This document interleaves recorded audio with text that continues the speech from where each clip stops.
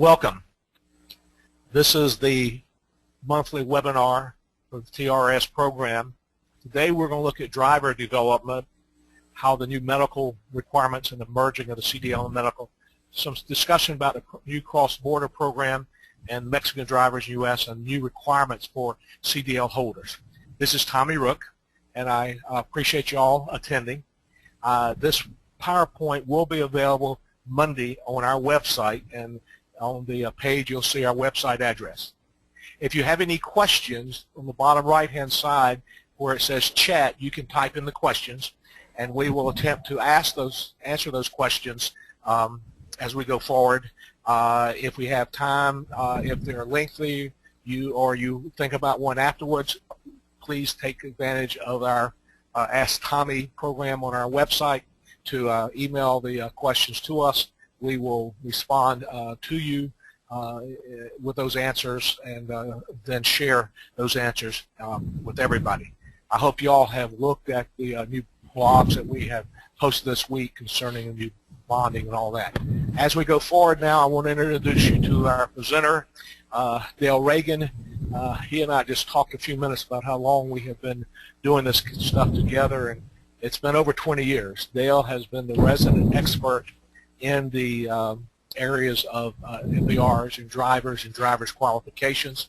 He's the Vice President of Sales of Tenstreet, who provides services to motor carriers concerning their how to meet all the regulations. We give you his website address and his 800 number.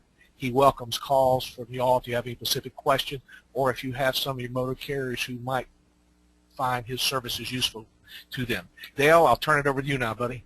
Thanks, sir. Appreciate that, Tommy, and welcome everybody. Going to advance here and cover three topics today that I've generally listed under commercial driver issues. And the three specific topics, we're going to talk about the new linkage of the CDL licenses to current medical cards, and the reference to state licensing agencies. You'll see again that new abbreviation is listed in here as SLA. We're going to talk about the issue of Mexican truckers and Mexican trucking companies and drivers operating in the U.S., and also a couple of blurbs on new training requirements for drivers. First topic will be state licensing agencies and med cards.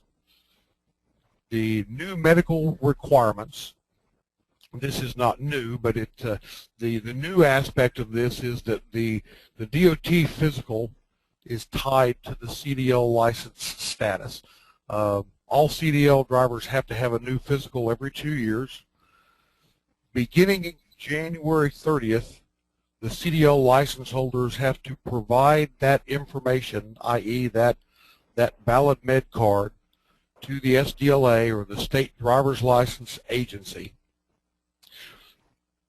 while their CDLs are still current. They cannot let the license expire. They can't let the medical certification expire. And this is a little bit of a change from the original proposal. And if you remember several years back when discussions about this were first initiated, the first solution to this was to try to synchronize the expiration dates of the CDL with the medical. The problems they ran into were so many states issue some pretty extended CDL licenses. The fallback position for this is that it's the driver's responsibility, as it says on this slide here. It's the driver's responsibility to make sure they've got that certified medical status on file with the state. There are a number of ways they can submit them, but it is the driver's responsibility to make sure that that medical certification, that physical, stays current. Dale, may I stop you for a minute? Certainly. So this is Tommy. So what you're saying is I could have a valid CDL, but if I don't, on my own initiative, if I'm a CDL driver, furnish the state every 2 years an updated medical, even though my CDL is for a longer period of time, my CDL license could be invalid at that point in time. It could be invalid, and we'll talk about the status change that they're introducing through CDLS, but there's also a process that the state will begin to downgrade that CDL to a Class B or Class C CDL. But yeah, the basic premise that the driver's got to keep that up is correct. So the motor carrier would have a vested interest to make sure their drivers do that. So even though their driver's license are current, they still need to track when their driver's physicals expire and remind their drivers or be assured that their drivers have sent that information to the state license department to be assured that they still have an interstate driver's license, right? Yes, and I think the reminder part is key. The motor carriers are still going to have the requirement in that DQ file to make sure that driver is supplying them with the updated medical certification, the long form physical if they use that, and that's a great time to remind that driver they've also got to supply it to the state. Although the states will notify the drivers as they get close to expiration, the motor carriers probably shouldn't rely on that. They would need to be very proactive in reminding the driver. Not only do they have to notify their employer and provide that to the employer, they got to do the same thing for the state. Thank you. Final effective date for this, January 30th, 2014. One of the keys here, the physical qualifications themselves are not going to change. The same parameters are going to exist. The examination is going to be the same. None of that is changing. It's really just a notification process to the state. And that 2-year period from 2012 to 2014 is a 2 years that corresponds with the medicals have to be updated every 2 years. That Isn't is that where that came from? That's that why is they did exactly that correct. Yep. Okay. This slide talks about the requirements of the CDL holders. And an extra step that is included here is the driver themselves has to certify to their state driver's licensing agency which of the 4 types of commerce they're operating in. Obviously, some of the lower classes of the CDLs are not going to require the physical, but if the driver is one of these non-exempted categories, they're going to have to be aware they've got to keep that current, or as I mentioned a little earlier, one of the options the states have is to automatically downgrade that CDL classification.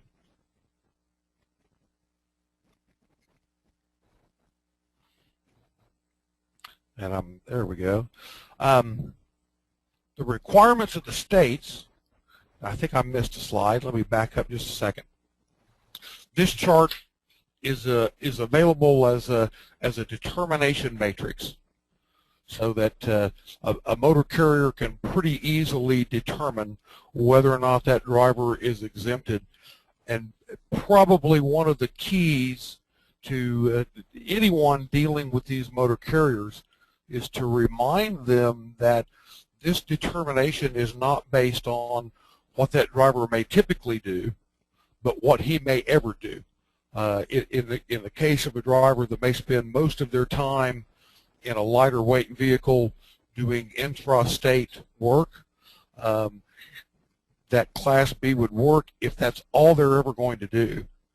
If that driver ever has occasion to drive a heavier vehicle or drive interstate, they've got to have that higher classification. So it's not based on their typical job description, but more on what they may ever be called to do. Now let me stop you for 1 minute here just to go back to some of the teaching that I do. When we discuss in the classes that some of you people have been in that I have done or other classes, we focused on the vehicles 26,001 GVW, and we talk about having to have a CDL, and in those cases you have the drug testing, the previous background checks, and the physicals and the current MVRs. What I don't say, and we actually had a question asked this week from one of our members, does someone with a vehicle less than 26,000 GVW but over 10,001, 10,001 if you remember is any vehicle with 6 wheels, they also have to have a CDL. They're just not subject to the background checks and the drug testing. Is that right? That is absolutely correct. They still have to have the physicals, but not the drug testing and alcohol. That's the big difference, right? That's the main difference, yes. Okay. I just want to make sure that we clear that up. So anybody that is 26,001 will still have to have a CDL. They just don't have to be subject to the previous employment verification and or information nor the drug testing provisions, but they would be required to have a special driver's license. That is correct. Although, you know, Tommy, typical industry practice, what I see with my clients, they treat all drivers the same, and they go kind of the extra distance for all of their CDL holders. They treat all of them to the highest level of compliance. The theory being they would rather over-comply than under-comply and not have that issue come up. But that's just what we see in kind of common practice in the industry. That's a good point. The only exception that you might get, since you deal mainly with larger motor carriers, some of our agents might be dealing with businesses that do not have 26,000 GVW or larger trucks. They might do local delivery, you know, 1 tons or 2 tons, doing local delivery of newspapers and laundry and things like that. But they still would have to have a CDL. So I totally agree with you. If you got a mixed situation, then you need to treat them all the same. So that's the decision they need to make. Thank you. That's what we see very commonly. The requirements of the states in this program, the medical record keeping for the CDL holder, again, starting January 30th, 2012, licensing states got to post the driver's self-certification, in other words, the type of commerce they're involved in, retain original copies of the med certificate, and post the information from the certificate within 10 days to the CITLS driving record. And we're going to mention CITLS several times in the next couple slides, and I want to take just a second to explain what CITLS is in case anybody's not familiar with that particular acronym. CITLS is the Commercial Driver's License Information System. It is a nationwide database of all CDL license holders that the states are required by federal statute to contribute information on the CDLs that they've issued and those CDL holders into this CITLS database. It's got a couple of functions right now in that the states are required to check the CITLS database before they issue a new CDL to make sure that that individual is not suspended or disqualified from another state. Also to make sure they're not currently licensed with a CDL in another state to kind of get away from the multiple licenses for one driver situation that used to be pretty prevalent in the industry. The medical card requirement is going to add some more information that the states are required to submit to the CITLS database. All of this information here, the actual details about the medical examiner, the dates, the medical examiner license number, and the state that issued it.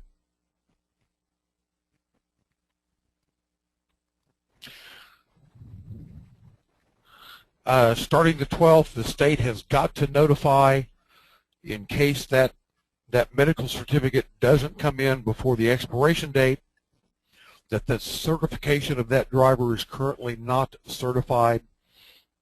There are some variances in here, and here's the section about the state's process for downgrading that CDL if in fact that driver has stated or certified that they're in that classification that requires it.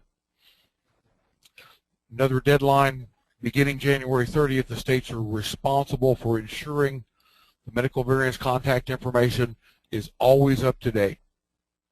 So again, the driver's responsibility is going to change, and the states are taking on a pretty considerable additional reporting responsibility with this new program. This quick grid here is the states that are currently reporting into the CDLS database this medical information. And as you can see, it's a patchwork. Some of them are, some of them have not. Again, they've still got a little time under the deadlines. Probably the key here is, even though the states are reporting this information up and it's getting into the CDLS database, even the motor carriers that are requesting a CDLS check, and those are available to motor carriers through companies like HireRight, the information that's going to come back is not going to include this medical data, at least initially. That programming is probably not going to be available for another year. So even though the states may be reporting it, the access to that's going to be limited to law enforcement officers and other state licensing officials. Dale, just real quick, I don't read well. Can you just tell us what these colors mean? Oh, certainly. The red, they are yet to start any kind of structured testing. The yellow states are in testing, in the processes right now. This chart was current as of 2 months ago. The green states are operational in that they are contributing that information into the CDLS database. But right now, as far as the motor carriers are concerned, that's not going to be available when they request a CDLS report commercially. Hopefully, but the information is being captured. Hopefully, when they download this PowerPoint, they can blow that up and see it a little more. I need to see better eyes, Neil. Thank you. Certainly. The other change, go back one, that's coming down is a new national registry of medical examiners. Medical examiners prior to this were required to be an MD, and the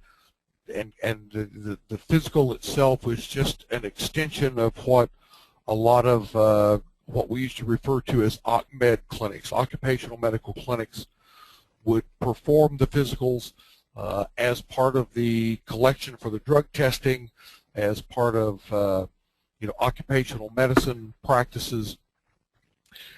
The new regulation and the deadline for this is May 2014. Any doctor performing a DOT physical is going to have to be certified and registered in this national registry.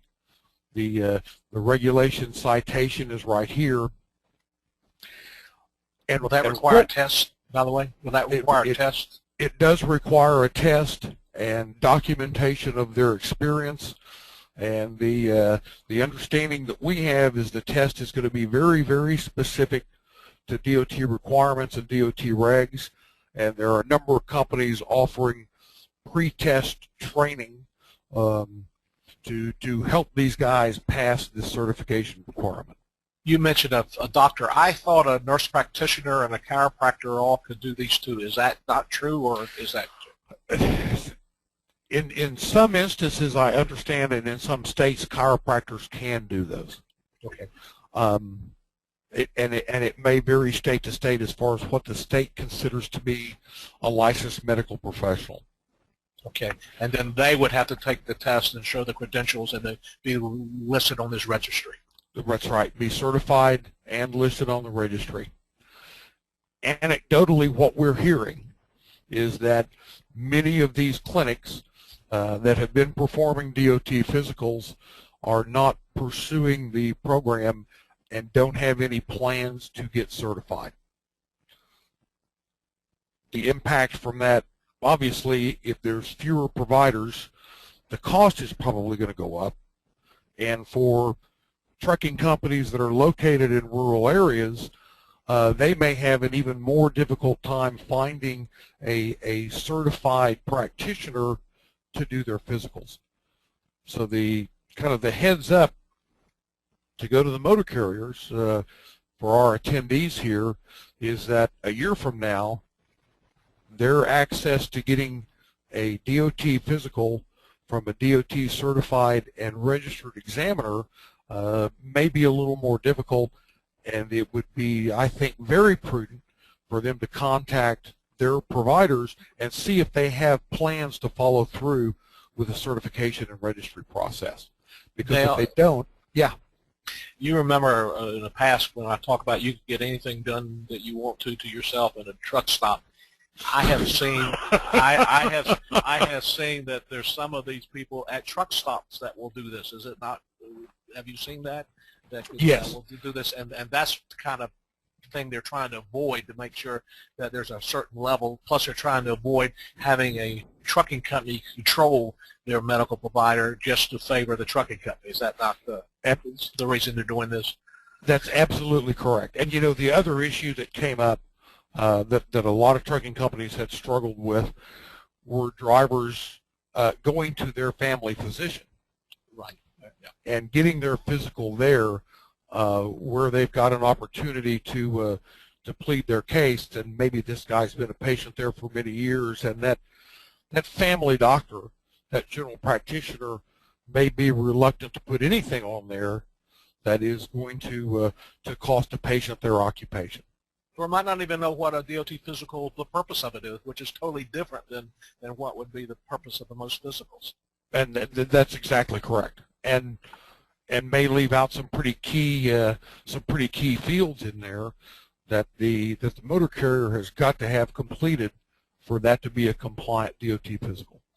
There's also one other thing that might be a reluctance for them to join this is, and I have heard, and maybe you know more experience about this than I do, that there are some court cases now that are coming through where the accident was caused by the physical condition of the driver, and they're looking back at their DOT physicals, and if the medical provider should have found the deficiency that caused the accident, they're brought into the suits.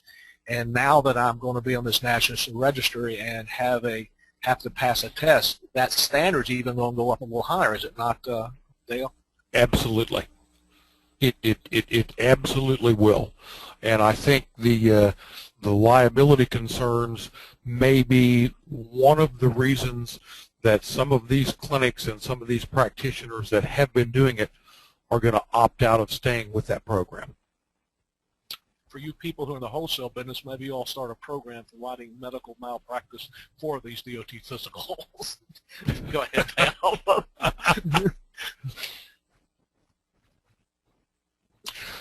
And kind of the reasoning behind this, looking at causative factors for crashes, the 80% that were in some degree attributable to driver error.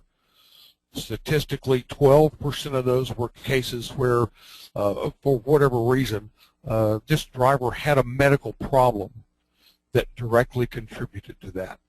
So the tightening up and standardizing the process of driver physicals is designed directly to address that.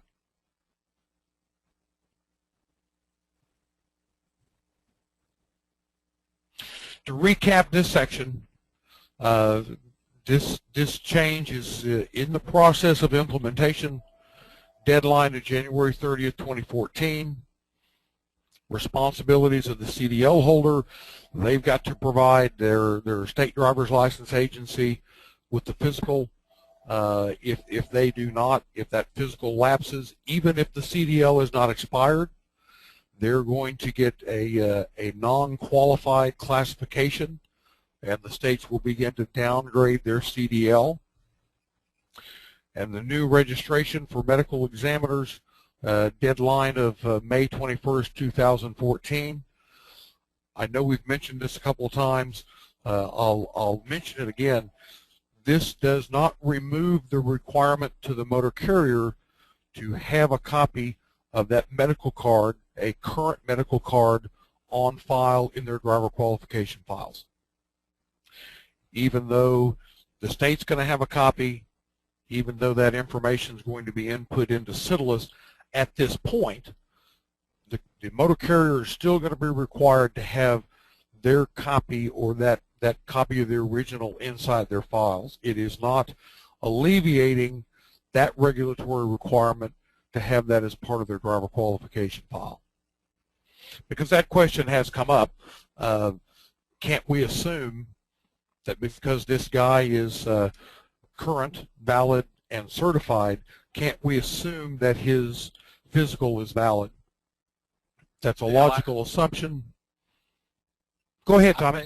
I think I've even have said that it's going to be called a HIPAA and all. It might relieve the motor carrier for having those HIPAAs and those privacy responsibilities. But as you have just clearly stated, that comment was wrong, and that the motor carrier still has to have a copy of it. You might caution them or relate to that these files need to be kept separate, though, and not available to the public, just available to those people who have to see the files. Yes, exactly. The other part of the recap really is we anticipate that the cost of physicals is going to go up, and the availability of registered, certified practitioners is going to be restricted, and would strongly urge these motor carriers to be in contact with their physical providers now and see what their plans for the future are as far as pursuing the certification and registration. Next topic, Mexican truckers operating in the U.S.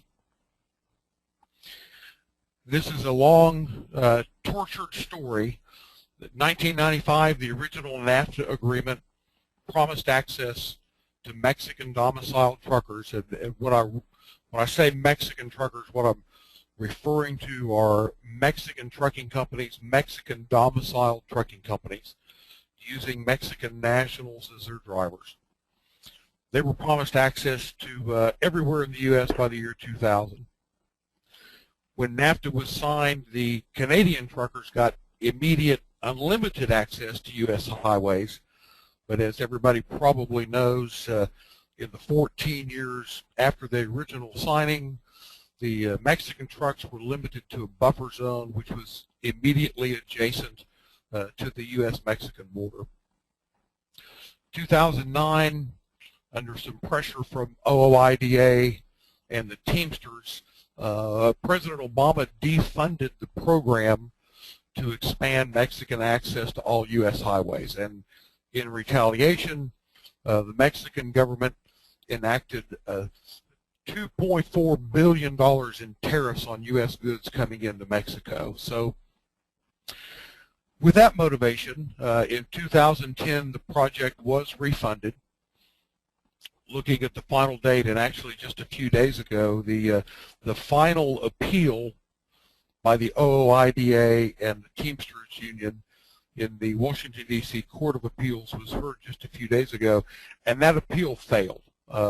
They were not successful in getting a stay of implementation. So this project is on full speed ahead. Next slide we'll see, even with the appeals, the pilot project stayed operational. The Mexican domiciled carriers, in other words, a Mexican company, has got to comply with all the Federal Motor Carrier safety regs that a U.S. company would have to. And in the pilot, and the pilot up to this point has been very limited. It consisted of 10 U.S. Mexican-based carriers that actually had operating authority. There are 5 more companies with approvals pending. And what I found really interesting when I was doing that research, 4 of those 5 companies that do not have any power units as of yet.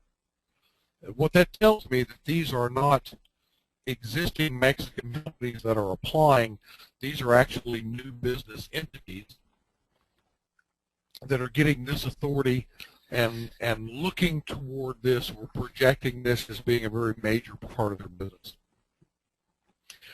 The other interesting stat that I've got listed here in the pilot summary, 17 Mexican companies' applications were dismissed by the FMCSA for any number of reasons, but typically because it was felt they could not materially conform to the FMCSA regulations. So the certification for this, the operating authority for this, is pretty difficult for a Mexican carrier to get. The the success rate is about 1 out of 3, and so it's a fairly difficult bar for them to cross. Some more stats on the pilot program. Again, consists of 10 companies, 20 total trucks, so the scope is very small. The largest of those fleets is GCC Transport. Consists of, to date, 2,600 border crossings, 1,900 of them by this one carrier. This actually is a typo in the slide. What I found interesting is that 934 inspections for 2,600 crossings. So the inspection rate's actually pretty high. It's about 1 out of 3. The vehicle out of service rate 17%, which is a little bit higher than the U.S. rate. The driver out of service rate is 0%. And Tommy and I were discussing that a little earlier. I think that's indicative of some of the characteristics of these carriers that are going to try to operate in the United States. The main concerns people have with this pilot program is that these Mexican national drivers operating for a Mexican domiciled carrier are still going to be licensed in Mexico. They will not have a U.S. CDL. From my many years with companies that provided motor vehicle reports, the whole issue of a Mexican CDL is problematic in a couple of areas.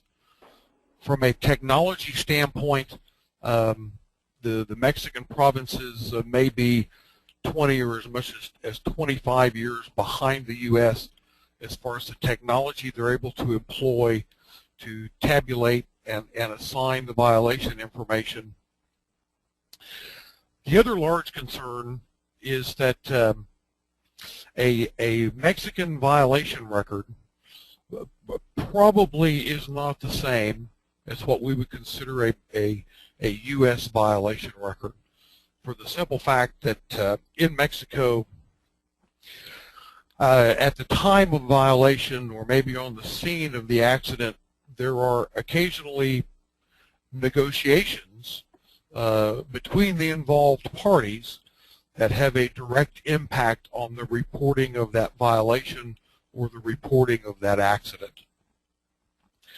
Other concern is that the drug testing programs and the drug testing companies are all based in Mexico. U.S. companies that are providing those services to motor carriers are very closely regulated, and the drug testing companies in Mexico will be as well. They'll be subject to the same inspections, the same statistical requirements, the same controls.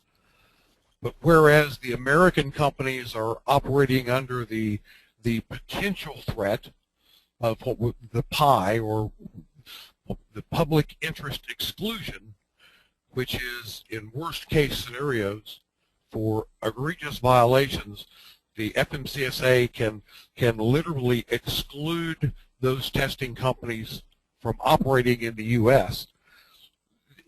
It's doubtful or uncertain as to whether the PIEs or the interest exclusions would extend or be enforceable on a company that's located in Mexico. And Tommy, you may want to address these down here on the bottom.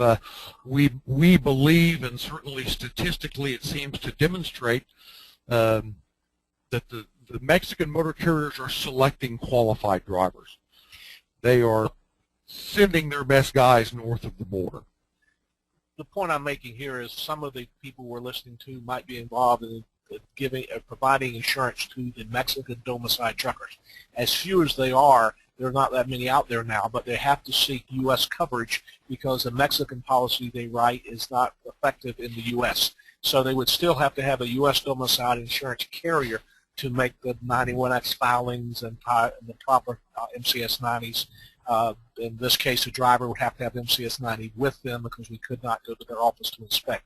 So if you're looking at these programs, the problem with the drivers and the verification with the drivers have always been a problem and has made us vary from the typical underwriting of these drivers.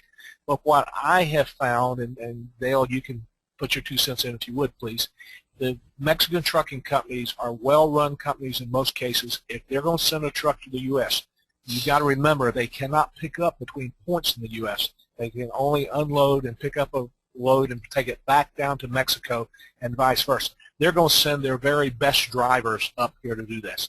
They're not going to send drivers that there's any question about being able to meet the U.S. requirements. In fact, I would even think that some of those drivers might speak better English than some of the drivers we're finding coming out of South Florida or coming out of the Valley in Texas and places like that. Thank you for not saying Oklahoma, Tommy. Well, that too. And they're going to be assured that when they send their $100,000 truck up here, they're going to be assured that truck's going to come back. So I would, in those cases, we'll just have to underwrite the Mexican trucking company per se, and trust them that their drivers they have will be selected here and or be qualified. And as we say here, also they're going to be subject to even more scrutiny of inspections of the vehicles and drivers and out of service this that. So they're going to be under a greater microscope. There are not going to be many opportunities to provide insurance for these people unless this NAFTA explodes or gets bigger. You'll see after even having it opened up for now, what, 15 years, there's only 10 trucking companies that have qualified or have bothered to doing this. So it might be slow growth, but since it is a hot subject and NAFTA has been things we talked about before, we brought this to you. I would agree, and I think the statistics underscore that, in that the the driver out of service rate is 0%. The success rate for authorization by these Mexican companies is only 1 out of 3. They're working pretty hard to get this authorization, and I think they're fully motivated to keep it, and I think that translates into them sending their best guys up here across the border.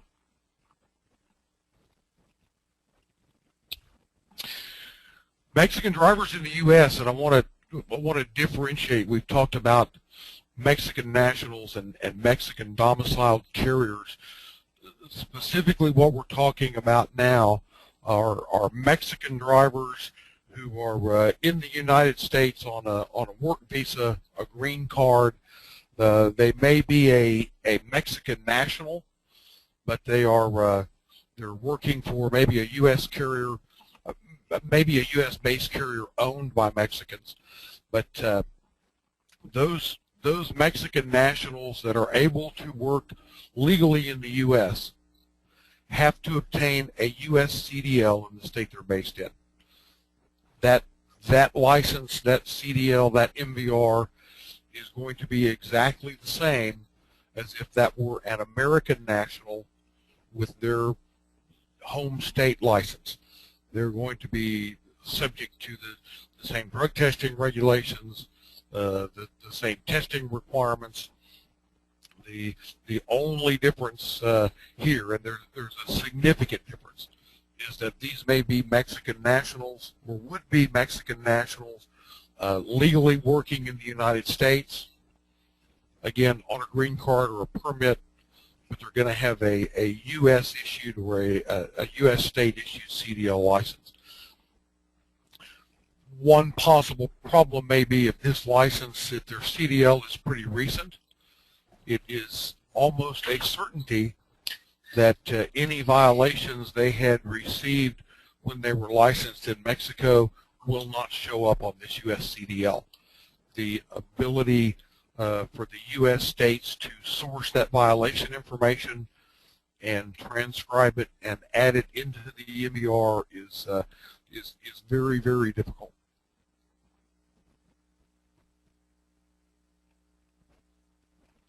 Last topic is new driver training. Some recent regulations that came out, and right here at the top is my favorite, probably of of this entire presentation. I referenced the Illinois problem, and for those that might not remember, some years ago there was a tremendous scandal in the state of Illinois. An individual pretty highly placed in the state had an operative in the Illinois DMV, and they were literally selling CDLs, waiving all requirements, and for the right amount of money, you show up, get your picture taken, you were issued an Illinois CDL. The fix for that, according to the new regulations, is that 2 employees of the state DMV must be involved in document verification, and the word they use is, while it doesn't duplicate, that 2 people must be materially involved in the document verification. And as I contemplated how it was going to fix that problem, I think I've come up with the answer, and it actually keeps the state DMV people happy, because I'm certain that's going to take extra personnel. The downside is whatever productivity they may have enjoyed is now gone, because it's going to be 2 people doing one person's job.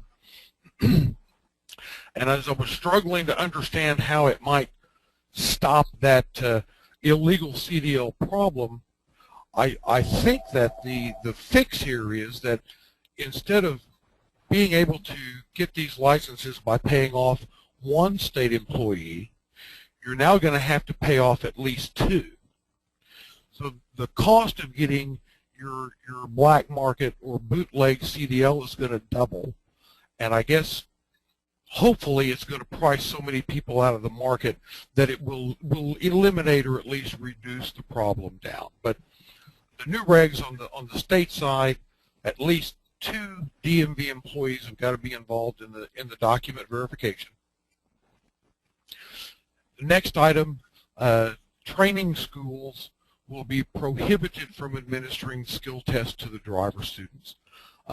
There is an exception if there is not a certified examiner within a 50-mile radius, a state certified examiner, then the school can test the student, but only if the testing examiner is not the same individual that trained the student.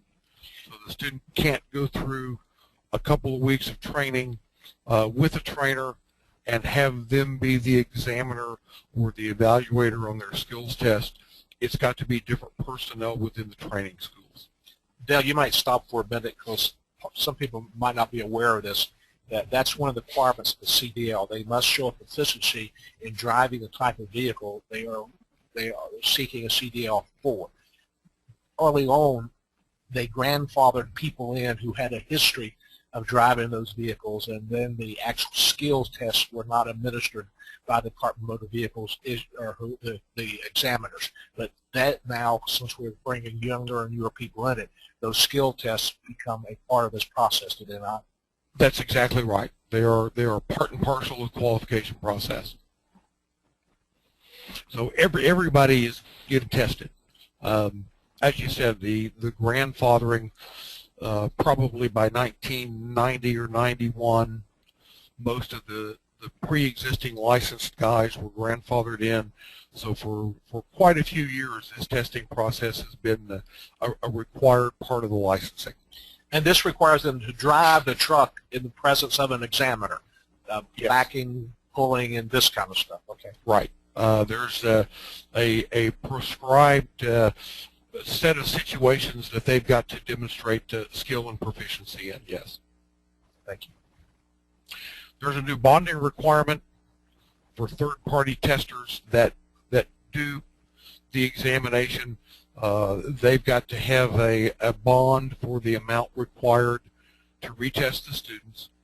And again, I think the states are moving toward discouraging and at some point maybe prohibiting third-party testers from administering the CDL skills test. This is just one more step. Next item, the prohibition from the states for using a photo on the CLP. And the CLP is the Commercial Learner's Permit. and we'll talk a little bit more about that. The commercial learner's permit is in and of itself not a license.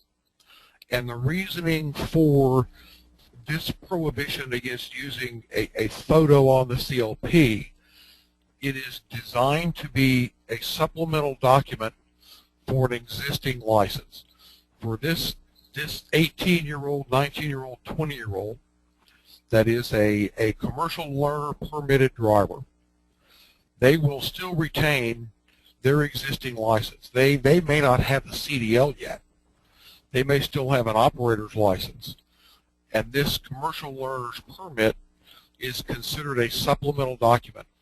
They've got to have both of them on their person at all times that they're operating a commercial motor vehicle. And the reason these states are prohibited from putting a picture on it was they didn't want that to ever be confused for a license.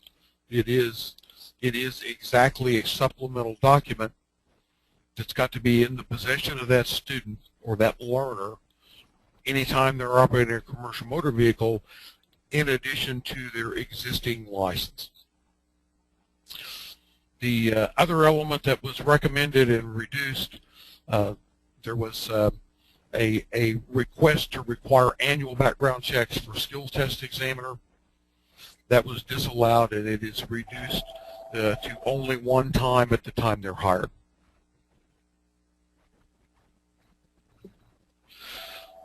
A little more information on the CLP, or Commercial Learner's Permit. They are designed for student trainees to operate commercial motor vehicles with a fully licensed CDL holder in the front seat with that individual, rather like what a lot of the states have with a learner's permit. The learner driver is permitted to operate that vehicle if they have a fully licensed CDL holder in the front seat with them, and that CDL holder has to be licensed for exactly that type of vehicle. So if it is a Class 9 truck with a fully loaded trailer, it's got to be a CDL holder. Minimum age for a student trainee is 18. To acquire the commercial learner's permit, they've got to pass a written information test, and they're not permitted to operate hazmat placarded vehicles or passenger vehicles. So during this learning phase, they are excluded from hazmat and excluded from passenger vehicles. Other than that, all of the other CDL requirements apply. They've got to have a current medical card. They've got to be in a drug testing program. Their violations in a commercial motor vehicle are going to count against possible suspension or revocation of their license, and thereby suspension of their commercial learner's permit. Dale, I know that some underwriters who are listening to this are having heart attacks about right now, thinking about driving 18-wheeler across country. But what I want to remember everybody, and we'll talk more in depth about this later at the annual conference, you'll hear a whole lot more about it. The number one thing facing the trucking company today, in our opinion, is the driver shortage. There are more loads to be hauled, and this is going to be increased. Driver shortage is going to even be compounded with the new hours of service, the new medical certificates, and other things coming down the pipe. So these drivers have to come from somewhere. And I'd much rather have a program set up where there are certain standards and certain learning steps to take it to the fruition before we let them drive across country. So I'm not an advocate of this, but we need to be aware that this is happening and the driver's going to come from somewhere. That's my stump. Questions, answers? We see nobody has typed in any questions for us right now. Dale, if you have any questions later, please feel free to email them through our website on Ask Tommy.